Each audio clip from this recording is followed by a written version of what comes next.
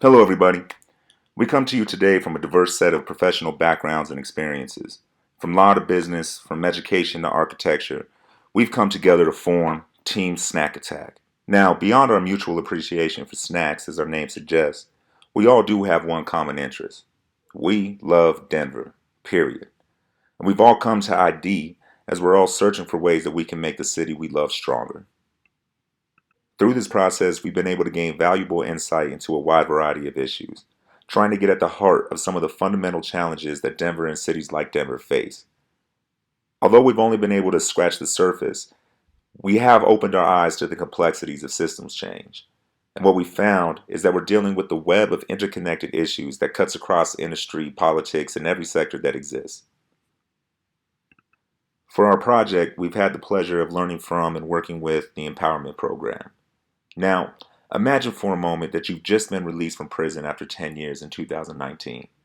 Think about the changes you must make both internally and externally to adjust. I mean, think about how wild the latest iPhone would be if your last point of reference was the original.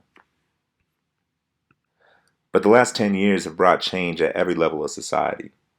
The way we shop has evolved. Politics have shifted. Social norms have transformed. Even the way we consume media would make the past self scratch its head. So where do you go for help? How do you find a job in this new market? Beyond that, and probably most importantly, do you even feel safe in this transition? It's understandable then why one would be uneasy and anxious. The women that empowerment serves are dealing with all of the same complex issues at once.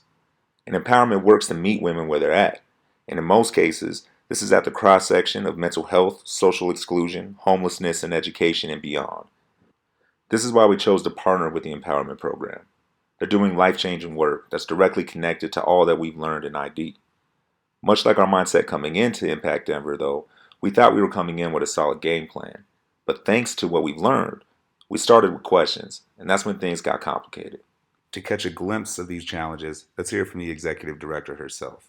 Because we have so many different programs going on here, I think this can be kind of overwhelming to both participants and staff as to kind of what services they offer are best for me right now, and how do I kind of make my way through those services, and how do I know if I've been successful at empowerment? And getting feedback from participants is so huge for us. We are, participant driven.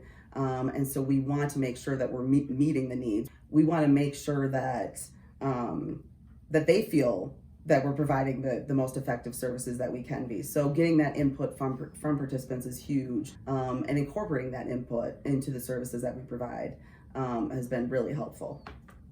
What we found is the greatest strength of empowerment is that they meet women where they're at.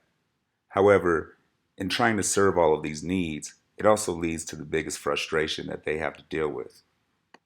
Through multiple conversations and further discussion with Julie and her team, we recognize quickly that we're actually missing the mark if our goal isn't fundamentally grounded in the women who are most impacted by empowerment services themselves.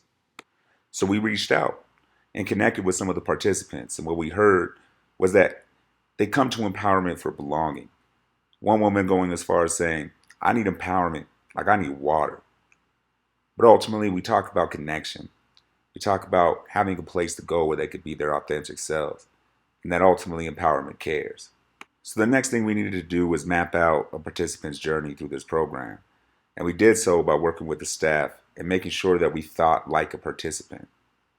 Further than that. And just sort of map out the journey of a participant through the program. So when someone enters it, where do they go? How do we track them? Where are the moments we can be asking for evaluation, determining success, determining exit criteria?